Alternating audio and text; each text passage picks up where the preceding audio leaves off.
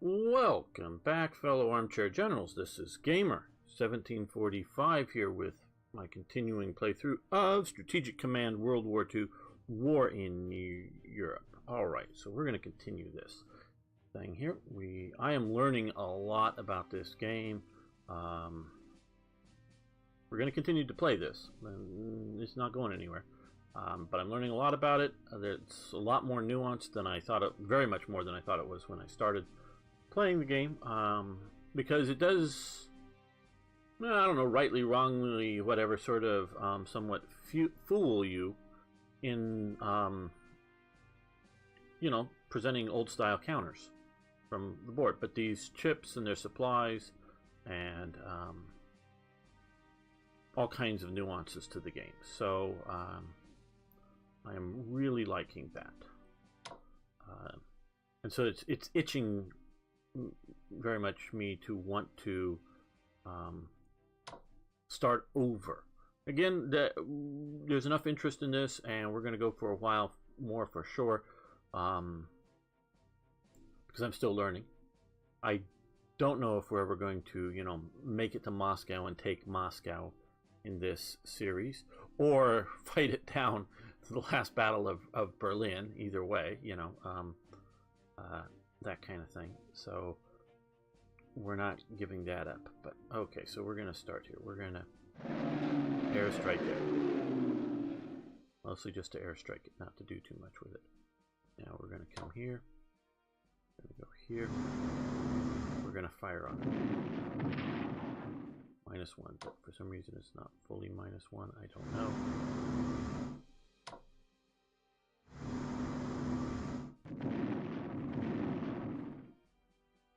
Port.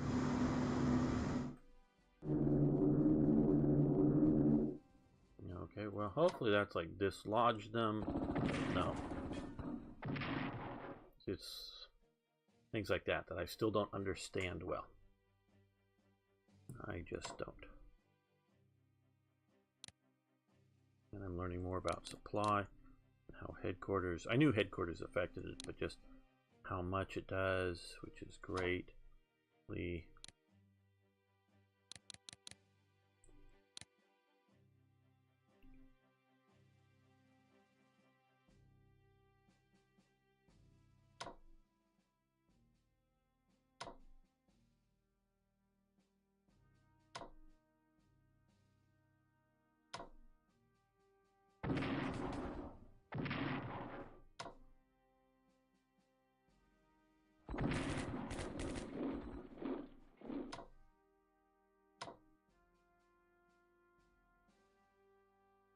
Well,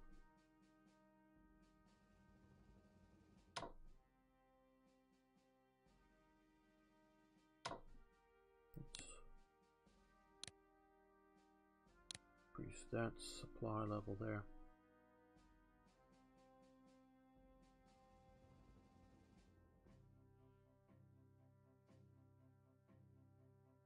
Reinforcement level, I should maybe say. Okay, well here, this we will reinforce. And how supply flows with the headquarters, and they actually sort of chain them together to do it better.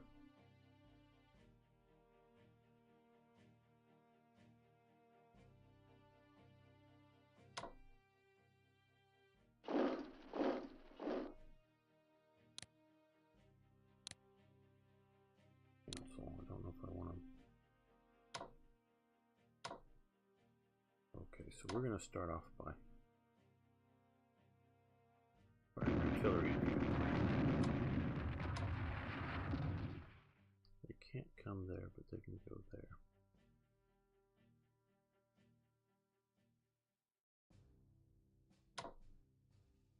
Yeah, we'll do that. That should hopefully get these guys a little bit more into supply.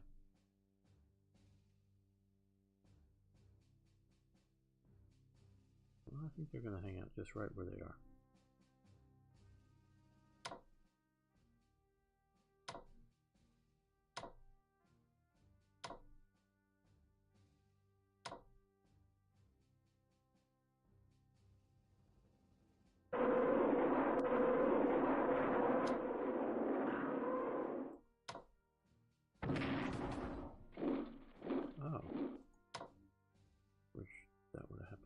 earlier.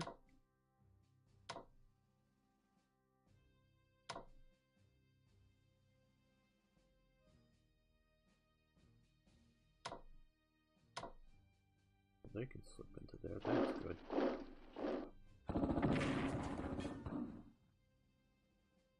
Gonna have to mess with them hard.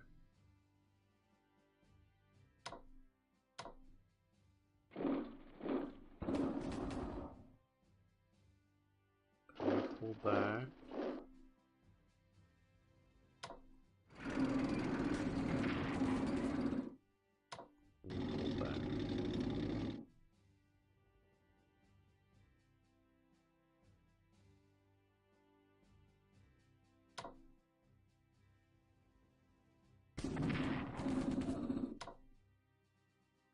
That was useful.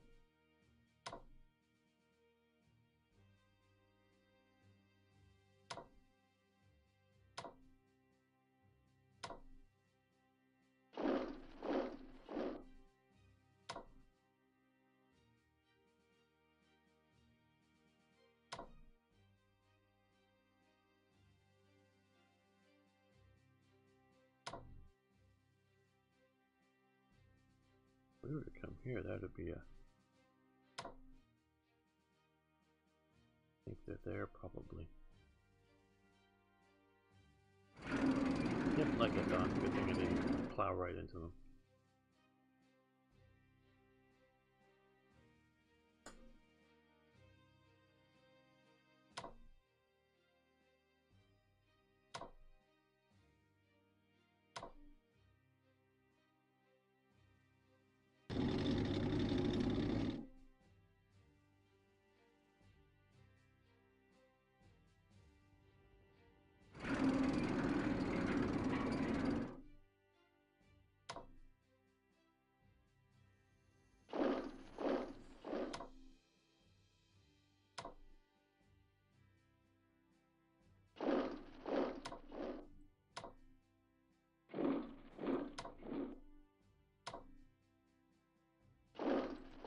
You, I want to reinforce you.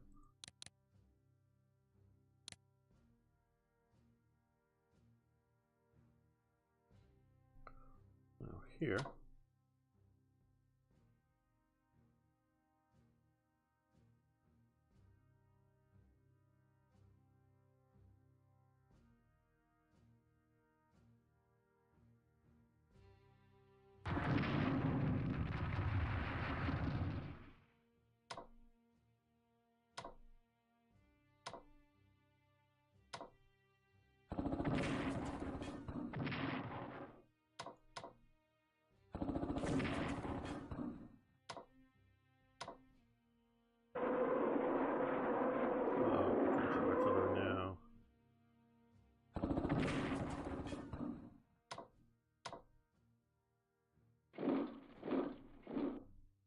No, I want to do that.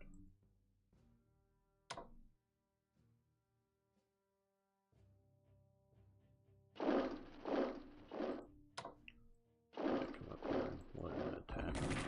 Cross the river, it's going to hurt us, but oh, worse than I thought, damn. No. Push a party attack with them. That may have not been the smartest move. Okay, now he can attack here, here, here.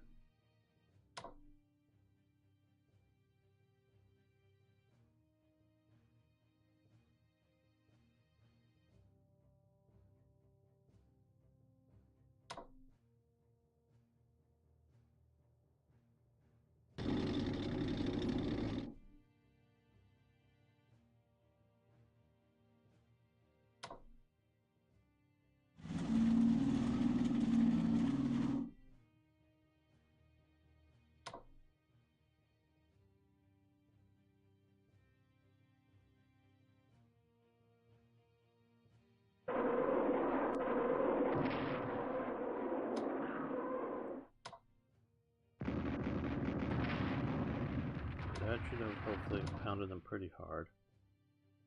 Okay. Now,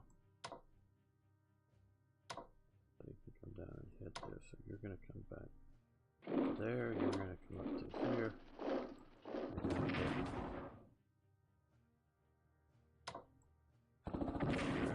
off. Well, good. Now that was reasonably successful.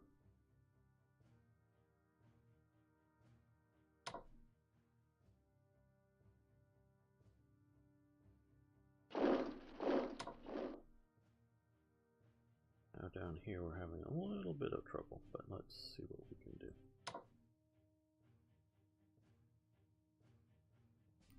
No artillery down here.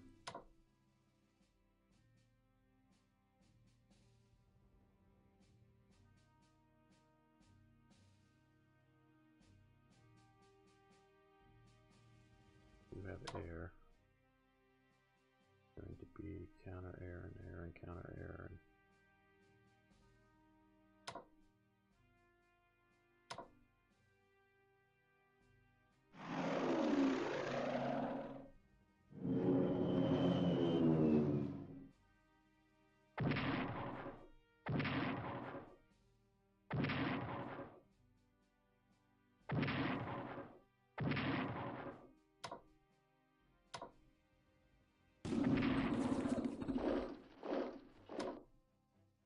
well.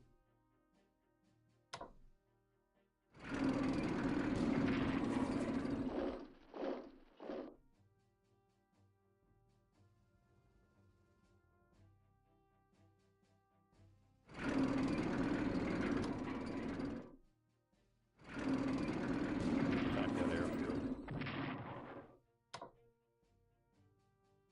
I'm sure retreat back into the red line. I think I want to kill this cavalry division here, so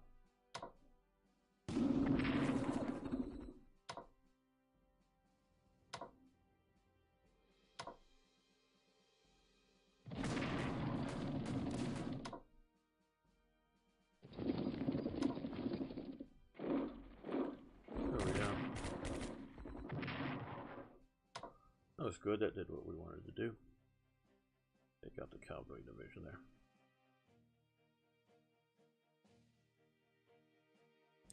Now let's come up here.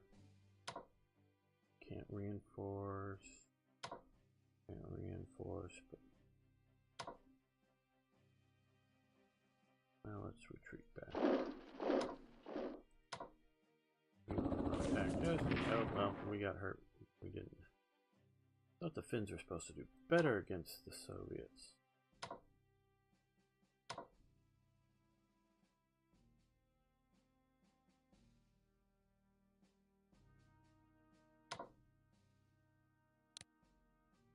Well, let's move the Italian armor up here.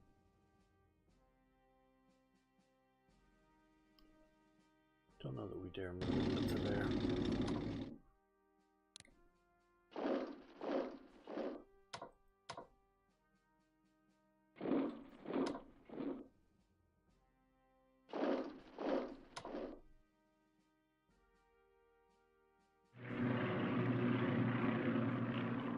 No, let's undo that.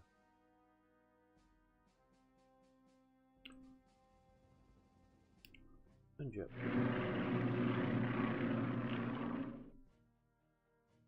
Okay, well, oh, good.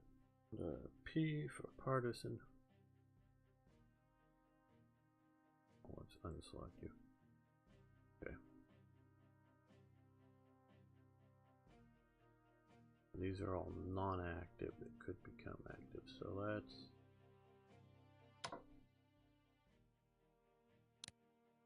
be down there at least. Got another one here. I'll head you down that way. And okay, again.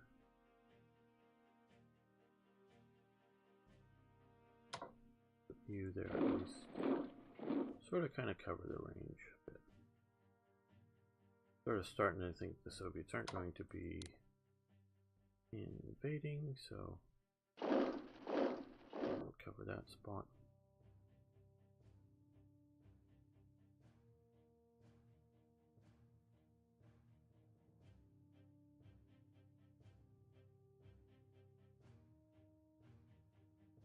Gotta learn how to do pair drops better.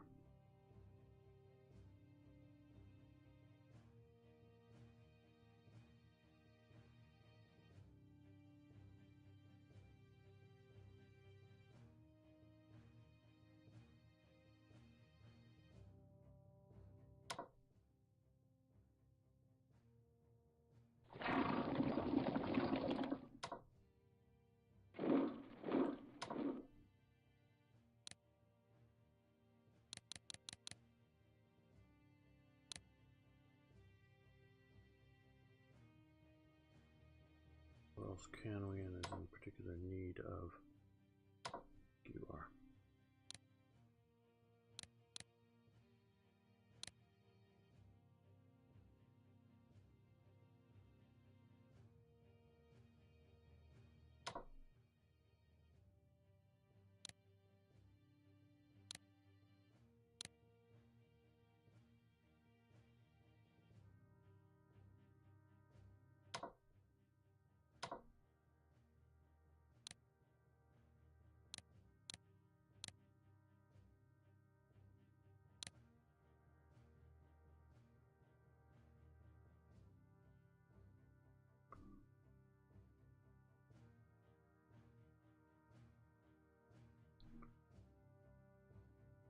I sort of kind of agree.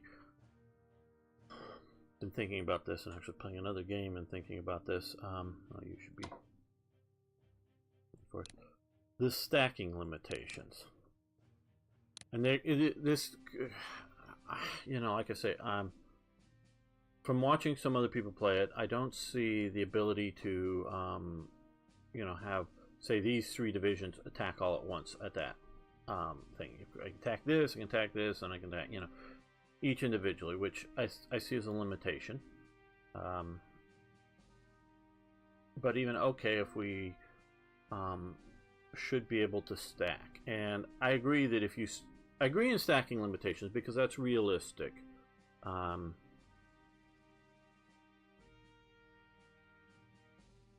I would do 2, a level of 2. Why 2? We were talking armies because these are corps. These are armies. Now these are divisions. The 2 X's are divisions. These panzer units, they don't have a symbol above them, so I don't know what they represent. A division, a corps, something nebulous, I'm guessing. Because we can click on it and see the 1st Panzer tanks. What? The 1st tank's Hungary. 3rd Panzer tanks. Doesn't say division, so I don't know. And okay, an army. You really can't put more than 1 army in a space, especially a hex-sized space like this. That is just, you know, impractical. And if we were to say, okay, fine, then it should have such great penalties, almost like that they can't attack, and they're almost always guaranteed to run if attacked. And the reason you go, well, what's the point of those kind of penalties? Well, if you have some sort of pass that you're moving through, like you can see some of these here, and you want to overstack just simply for the move, you know, you don't want to have to delay getting them through, moving them on top of each other. That I could see, you know, if you're, you know, so temporarily stack, not to stack to attack, overstack, I should say, to attack, and not to, you know, and if you overstack while defending, problem. So I would limit max 1 army per hex. I would allow 1 other unit to stack, or 1 non-core, maybe I should say, to stack with an army without any penalties, or period to stack. And this part of this comes to is like units like this anti-tank unit. I'm rather frustrated with them, and I'm not absolutely sure what they mean by them. And it's 1st anti-tank Germany. You know, again, what the hell does that mean? I understand this is a mechanized Panzer Grenadier something, 14th Division, Corps, who knows? So I get that.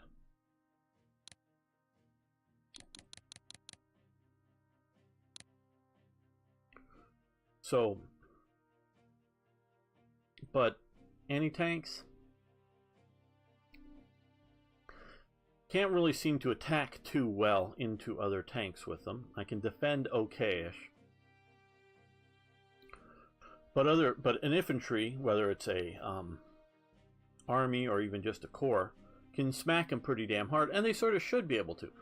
But it would be great if I could stack this with this, or even with, you know, one non-core, because I'm gonna say that all of these, anything that doesn't have the 3 X's here, are a non-core. Whether these are strictly a division or a light core, meaning a couple of divisions, but not really, you know, a 3 or 4 division core or something like that. You know, something big. So that you can stack one of these non-core units with an army.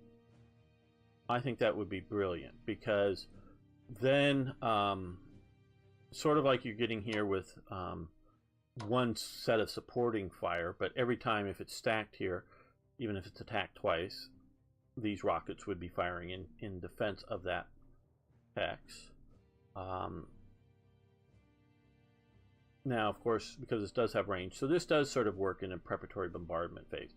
But the anti-tank, and then, because I could see how good it would be and how realistic it would be to stack like an armored division and a mechanized division, if you will, or whatever these are, and attack at the same time all theirs against the enemy. Now, of course, the enemy would be under similar limitations, so they could take 2 of these light divisions. Oh, and then if you're talking about cores, you could stack 2 cores on top of each other, but not a core on top of it, or with a an army or a headquarters. If and the way these in some ways, I think these work better than in some ways in Hearts of Iron 3 stuff, in that they really help on supply and some other actions. So mix some of these functions with the Hearts of Iron 3 on map cores system, and you've got the best system out there.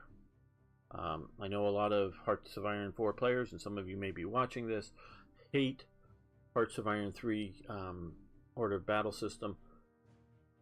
I understand some of your hate. Some of it I don't, but maybe it just, what I understand of it is bad enough that it makes all the rest just doesn't matter if it's good or bad. It's just something that you couldn't. Because I just took, like, to the core system in Hearts of Iron 3 like a duck to water. I just understood it immediately, instantly. I had never played a game with it before. Got into, oh, well, yeah, you put, oh, okay, limited to 5 units, divisions, or, you know, could be a brigade or whatever, under a core command. Okay, that's great. And then, okay, an army. Oh, well, max 5. Okay, just there's game limitations or whatever. So 5, and that just all made perfect sense, because I understood from, well, whether it's my military training way back in the day or just other wargaming. Trust me, I've had a lot more wargaming than I've had military training. Again, it was ROTC a long time ago, you know, in college. But so I, you know, again, not in the Army, but I have some military training knowledge, little bits. Not like you soldiers out there, not saying that, but just so, you know. So I understood, you know, divisions, corps, armies, army groups, and then theaters. That just all made perfect sense, and I could just link them all up great. Now I get, again, well, the idea, especially in standard Hearts of Iron 3, the radiuses of units and how far you've got to, you know, you got to keep the cores up there, and I get that a bit, but to me that's big, not big. Now, of course, I get the idea of when you look at a map like this, of especially the AI, and see all the out of command distance cores that are spread all over the place, and it looks like not like a spider's web, because that would be sort of neat and orderly, but just like a jumbled mess of spaghetti or whatever, but all in straight lines, of just a horrid mess of how the AI is doing it. So I get the AI doesn't do it well at all, and I get that. I also, as part of the command and control elements for the humans, is assigning leaders to, whether it's the core or to the division or whatever. That whole system of auto assign is really bad, and on paper once, and I could easily recreate it. I can come up with an AI that would, I can't program it, but I could come up with the if-then type statements, I think, to quickly solve, so that whether for the, you know, an AI only playing, you know, you're playing against, or whether you're just allowing, you know, auto assign for the the leaders, it would make reasonably good decisions.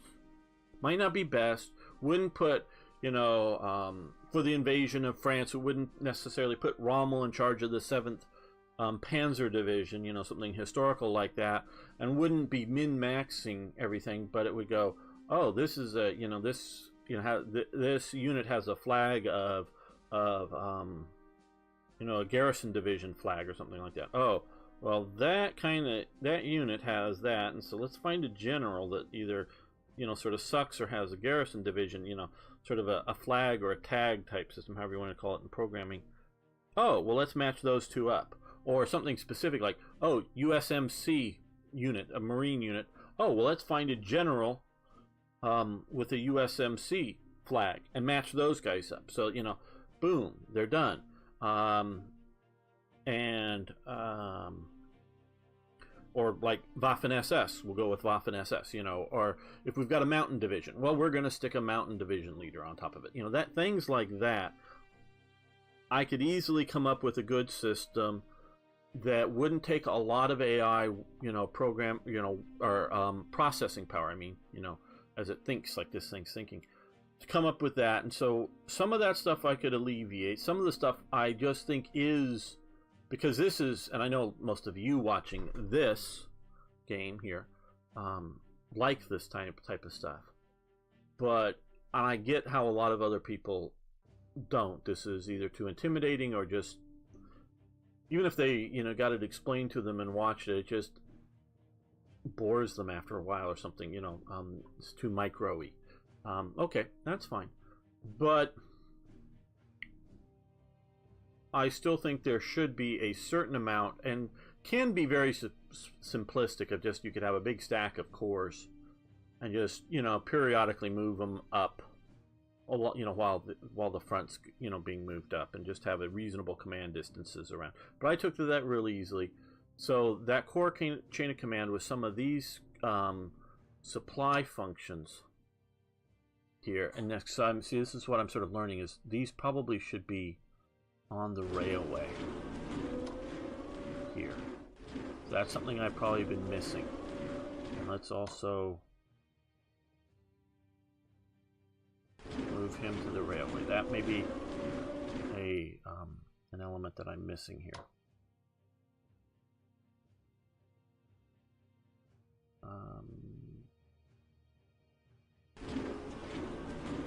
So let me do this thing. That could be rather useful. So it'll supply better forward in doing so. So see, some nuances like that that I wasn't thinking about. I don't know why this is a red thingy, or maybe that's because they know where it is and they're bombing it. Let's move you over there.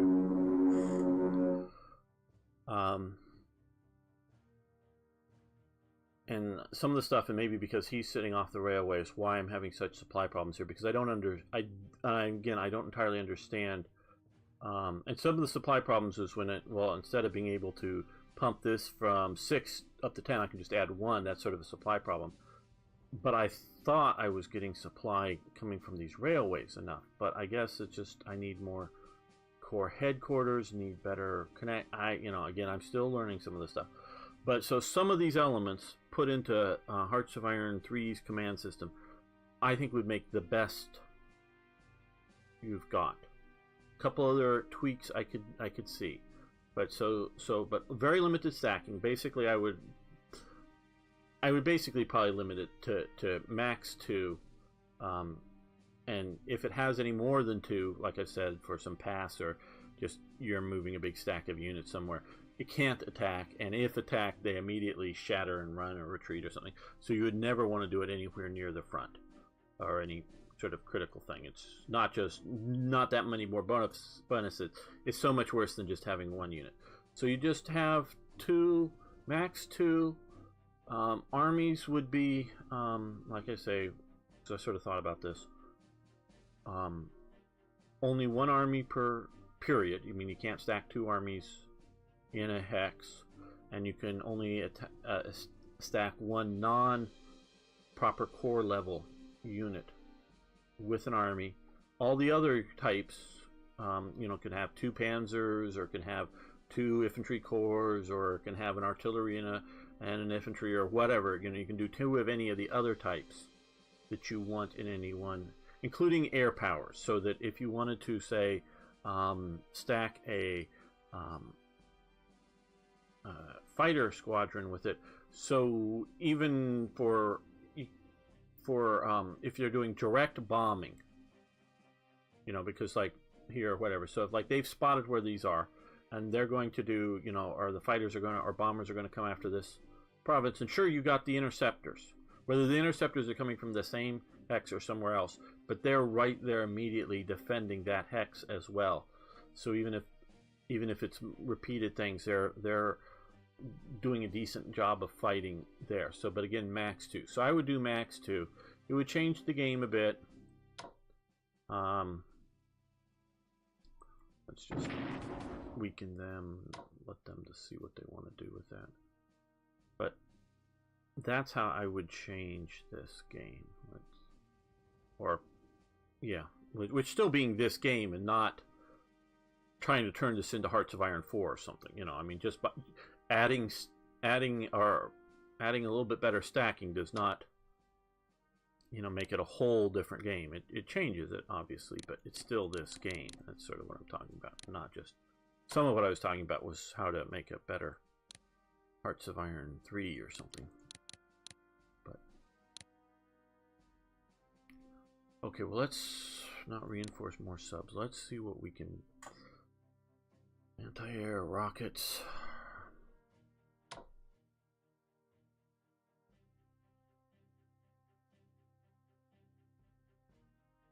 Well, let's get this. Rocket weapons.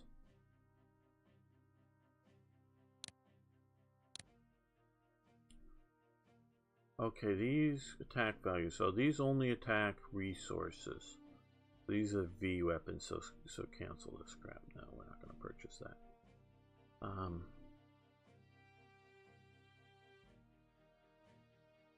Well, do any of our have anything useful to build? HQs would be useful, wouldn't they? Well, Germany HQs would be useful, so let's build another. Let's do von Kleist. You notice they have different values. Well, we're not moving very much, so.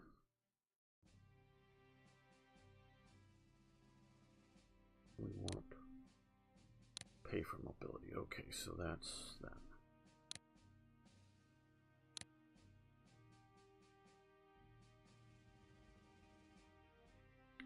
So again, some of the stuff I'm learning about this, I would like to apply. I know a couple of you talked about it and just mentioned, and I really think I could design a kick-ass war game. It's sort of, you know, a strategy-based war game. And look, some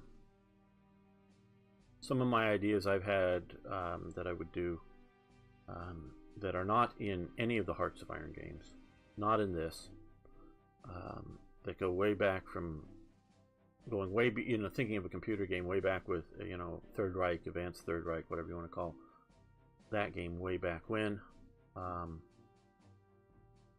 But some of the stuff I learned from other war games, and you know, it's borrowing.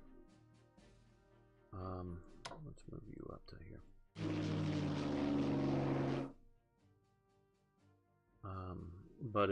But I'm not in any way thinking of copying this, because I like the Hearts of Iron 3, the idea of no longer using hexes, but of using provinces with irregular attachments based upon the geography.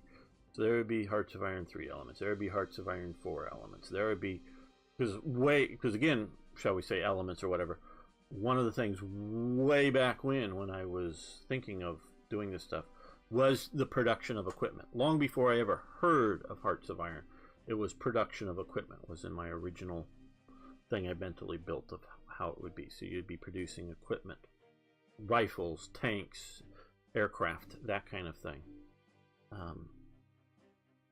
And the way I would design it would be,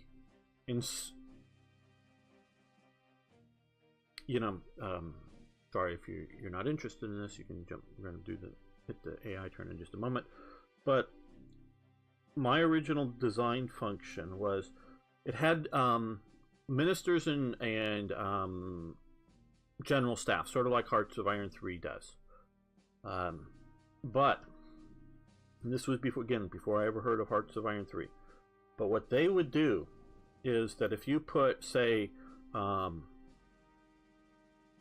let's do something sort of simple. If you were to put Donuts in charge of naval production, okay, you clip him into the command function and he goes into there. And then you put it on, and then you put naval production on auto. A manual or an auto button or whatever. You go in and go, Donuts is in charge of naval production. Whether that means functionally, whether that means he's in charge of the Navy, or you just have him in charge of the production, you still have Radar in charge of operations or whatever. Work out some of the details, but the idea is you put Donuts in charge of naval production. Okay. On manual, he'll just give certain bonuses and maybe certain negatives for production costs or efficiency, or work it all out. But meaning, so submarines are cheaper and easier to build because that's what he's focusing on. And I don't know, carriers and big battleships are harder to build, because where he's focusing resources. That's on manual. So you get benefits and negatives for having him in charge. So that's sort of, good.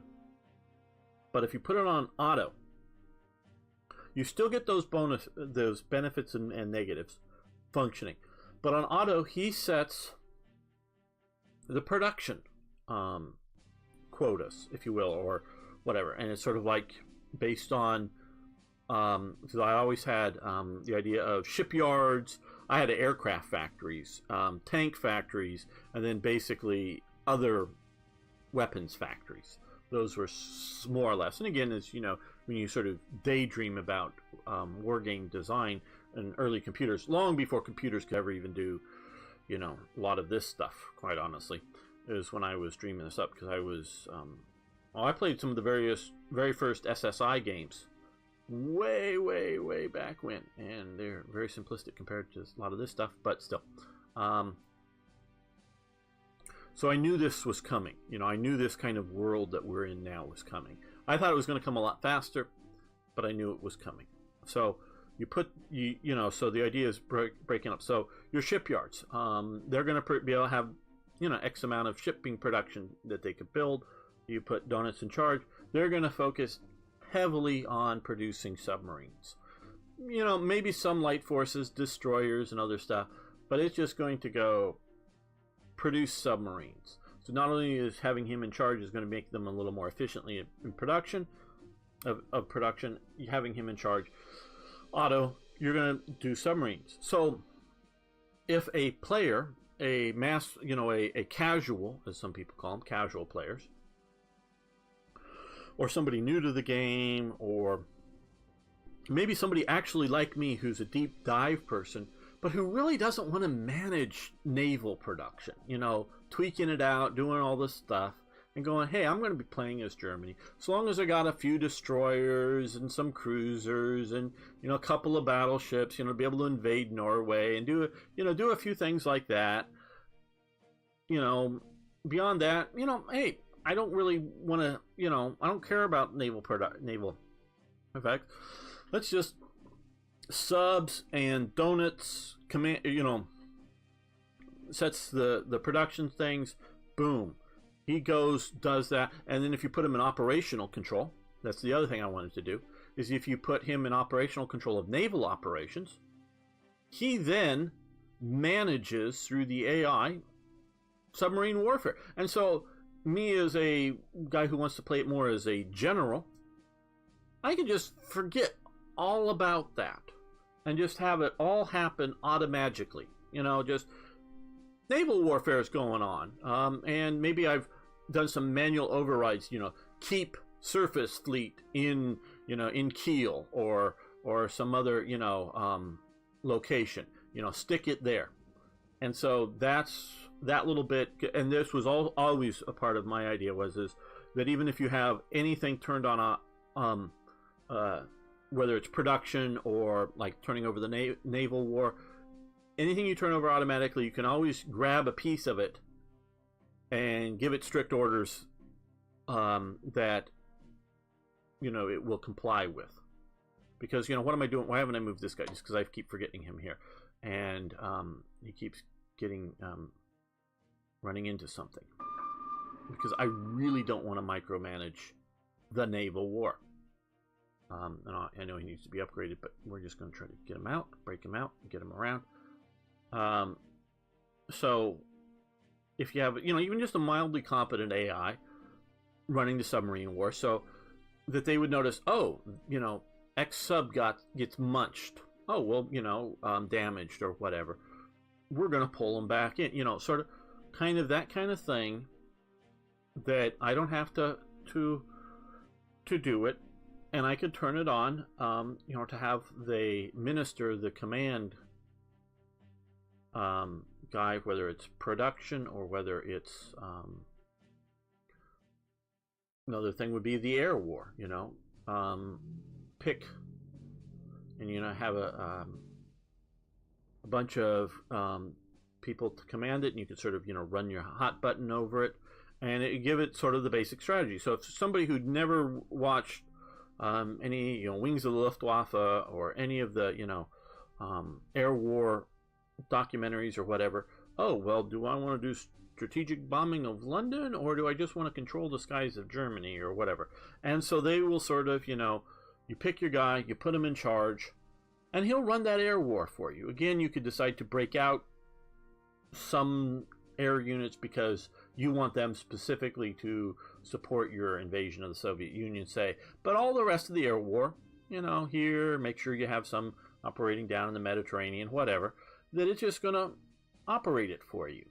And that was sort of one of my fundamental elements of war, for war game designs for the computers, was either, again, somebody who's a casual, doesn't want to micromanage either part of it or all of it. He can put a lot of these people in charge of things. Or a person starting out, again, he can be, an expert in Strategic Command or some other sort of game, but here's this new game. Well, you can start by putting, different AI types in charge of elements of the game or much of the game. Or you can deep dive into it, all or part of it, and that was sort of that way. So it would be a I don't know if scalable is the right term, or flexible or whatever, to how the player could get into it. And so I could really design a really good war game. And so I don't know if anybody from Matrix or Fury is listening to me, but I can't program it. I can help you design it, but I am not a good programmer. I am not that. And so it's different. My vision is different than what Hearts of Iron is. It's different than what this is. It's different than from what like a War in the East is, or some of these other things. But it has elements, because, and if you go, well, you're just copying somebody who's already done something. Well, no, because I expected, before I ever got to once I started getting into Hearts of Iron 3 early on, I expected the whole command radius element to affect supply. I expected, and I very quickly was disillusioned by it, that it didn't, but I expected the having units hooked to the chain of command to help in supplying stuff, but it doesn't. And so, but it does here, and I wasn't expecting it to, just because I've been sort of trained by Hearts of Iron not to expect that. And so there are certain expectations I already have, that because we're all playing off the same playbook. We're all playing off of history and how it worked. It's not like I'm writing a fantasy novel, say, and I'm taking from some other fantasy element. Well, of course, now things are so common coming off of J.R.R. Tolkien and whatever. Of course, there's a lot of borrowing, but you know, it's not. But then you could talk storyline and other things. That's sort of, you know, the creative element of it. So this is all this. Okay, not talking too long. Okay, we're gonna fully play out. Yeah, we're gonna end this turn. I hope I've done well, both in what I've munched some things instead of reinforcing a few units. Oh, I probably should have zoomed in a little before doing this, but okay. British Commando raids Bergen in Norway. Okay. Come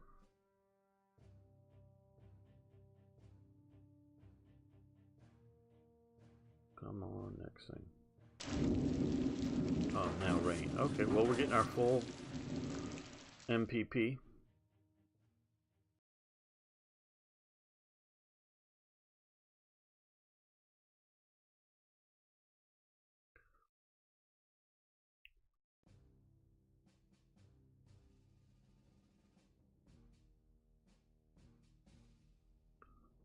But it would be something more than me just designing the game. It would need a game company, whether Matrix or Fury or somebody out there, or, you know, of course, Paradox is really locked into Hearts of Iron 4 and really thinks Hearts of Iron 4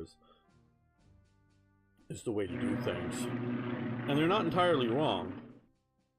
The reason I say that is because a lot of people seem to like them. You know, the game. And so, I mean, if you have that level of success, you're not entirely wrong. I mean, period. Because people, you know, you're making a product that people want. Now, where they were entirely wrong was the quality of the AI, but that was, again, I don't have inside information on this, but that was, my opinion, is some level of the management saying, we just got to kick this thing out the door. Just got to go, got to push it out. Is it playable? You know, they had asked, yeah, you could play it. Okay, we're pushing it out. I think that was the situation. That's my read on the situation for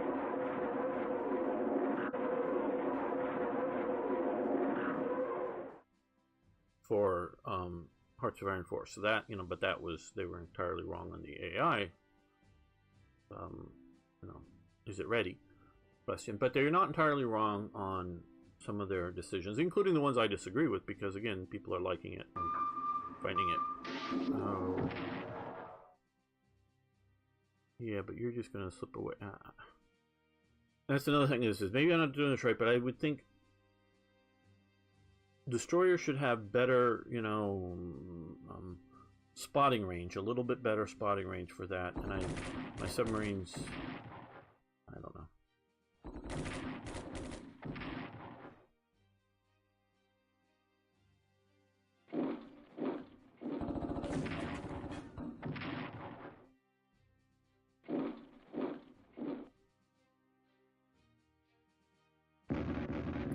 Okay, good. Defensive artillery. Yeah, that's what you should be doing.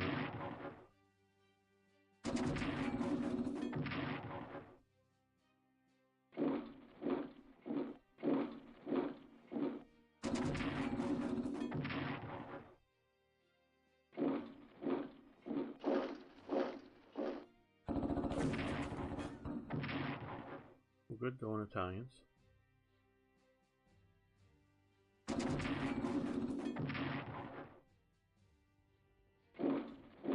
I think they're going to munch my armor there. Oh, the Americans showed up. Full-blown Americans. And they shattered my armor division. This is really not looking good for maintaining this game because I don't have the ability to get anybody down here quick enough to save this front, I don't think.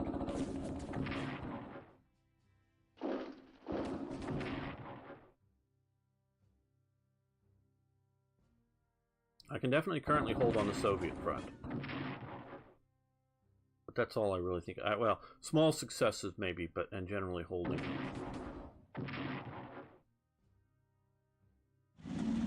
We're slowly pushing here, which will push up there, which will do some good. But oh, but this whole, don't get me wrong, this whole series is really, I've learned a lot, and I hope you have. A bunch of it is how not to do things. Like I'm saying, like the cores and maintaining supply, and I would have made sure I had more artillery being built early on.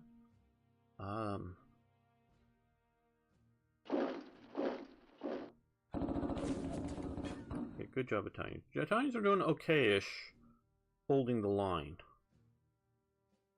Now, if you can attack it with 3 or 4 armies, you can kill it.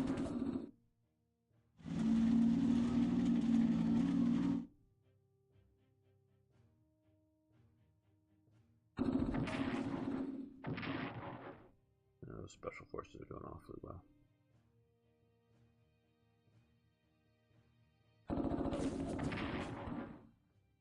Yeah, we got you cut off up there.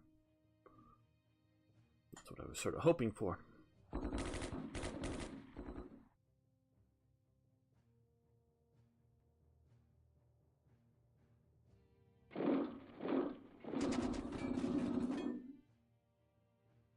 You're trying to cut off my armor. Okay.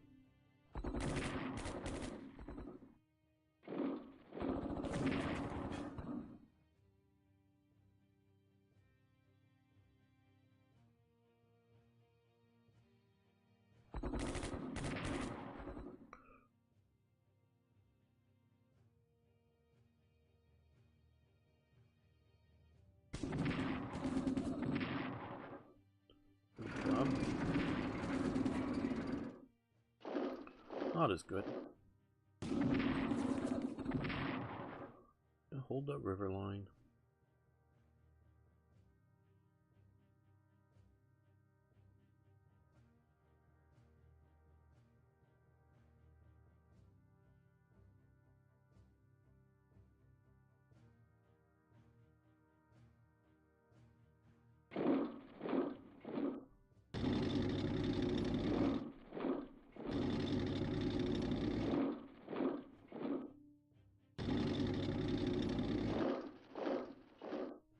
Yeah, this is just death. The Americans here are just death to me.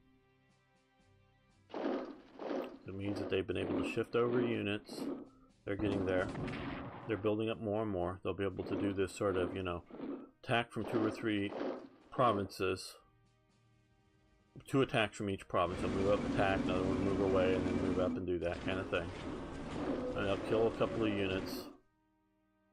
And even if I take out a unit or something, it just isn't going to do well.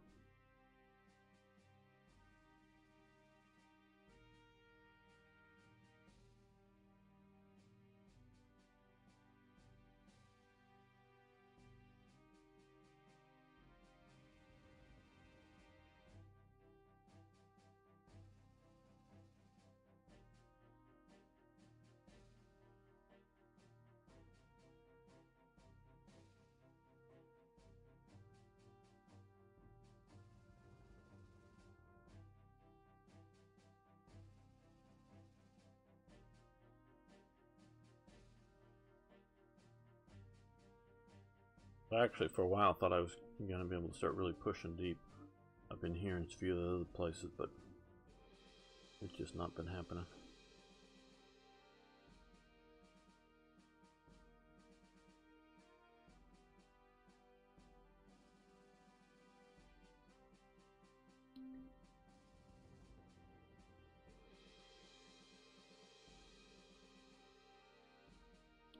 Okay, Italian human torpedoes attack Allied shipping in Alexandria. Okay, on this, yes, they came in and they actually the Italians sunk a battleship, Vichy French resistance and the Madagascar. Yeah, there was actually a fight. The British invaded Madagascar, and there was a fight.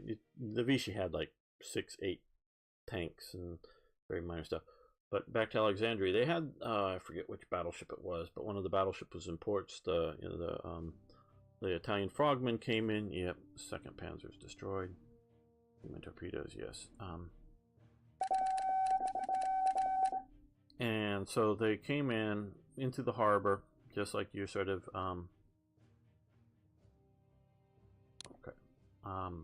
like you would expect.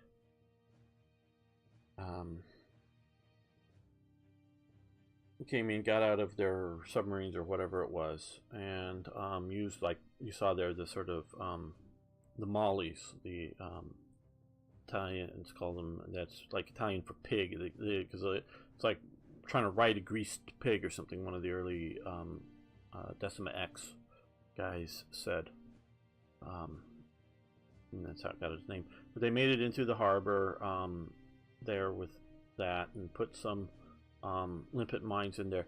And I think, I don't know if any of the Italians got out. I'm not sure. I know they captured some of them and maybe killed a few of them, but maybe some got out. I don't know if they did or didn't. I don't remember. But there was definitely a bunch of them survived, you know, I mean, like captured or whatever. But they sunk one of the battleships. But the British were very clever. They didn't let the Italians know that they sunk the battleship. Because when they sunk the battleship, it was only like in 3 or 4 feet of water below the keel of the battleship. So the battleship just sort of settled to the bottom of the harbor right there. And the British continued to pretend that it was fully functioning just fine, no problems. You know, having people, you know, do the daily routine, raise the flag, British sailors on board, you know, with strict orders not to mention that your ship's been sunk in harbor, and continue to stay on the ship. And now, not all of it was flooded, but it was enough that it wasn't going to go anywhere. And they really didn't want the Italians to know that it really wasn't going anywhere, because it was sort of like the major ship in this region here at the time. And had the Italians known that, they could have used their battleships around here much more effectively, because they were rather afraid of, it wasn't the Hood, of course, but forget which ship it was. Much more advanced, but, you know, effectively. But it was just, since they thought it was in harbor, ready to go out at any moment, and, you know, so they would keep doing reconnaissance flights over it to see if it's still at harbor and whatever.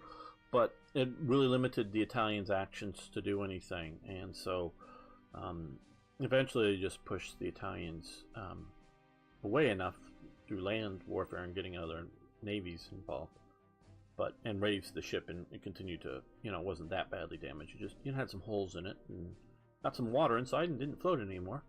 But they raised it and did it. Wasn't too badly damaged. But that's sort of the story of the Italians sinking a British battleship, and the Italians didn't know it. Okay, okay, we've got this guy to help supply that way. We're gonna put him here. And heavy armor, okay.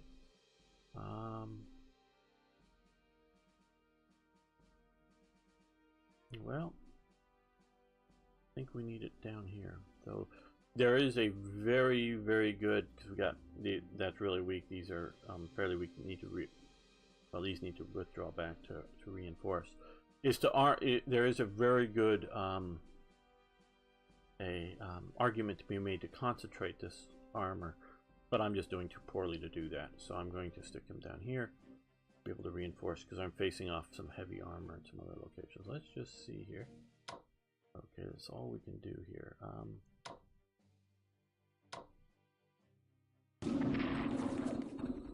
Okay.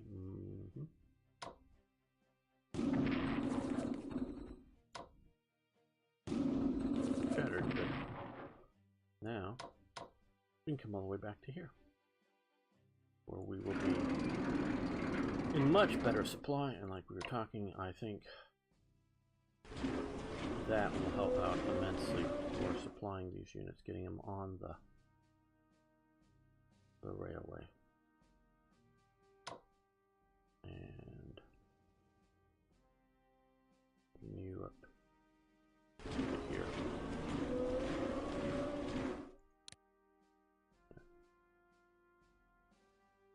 This is the best way. You into there. Well.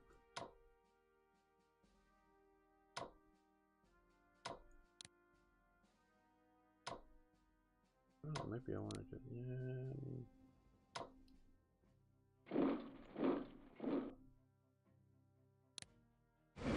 There's some better anti-aircraft stuff. Things like using anti-aircraft better and things like that. I should really know better. Okay. thanks for watching. Thanks for liking the videos. If you haven't already, please subscribe to the channel. And post comments, questions, suggestions, ideas, tips. Love hearing from you. See you next time for more Strategic Command.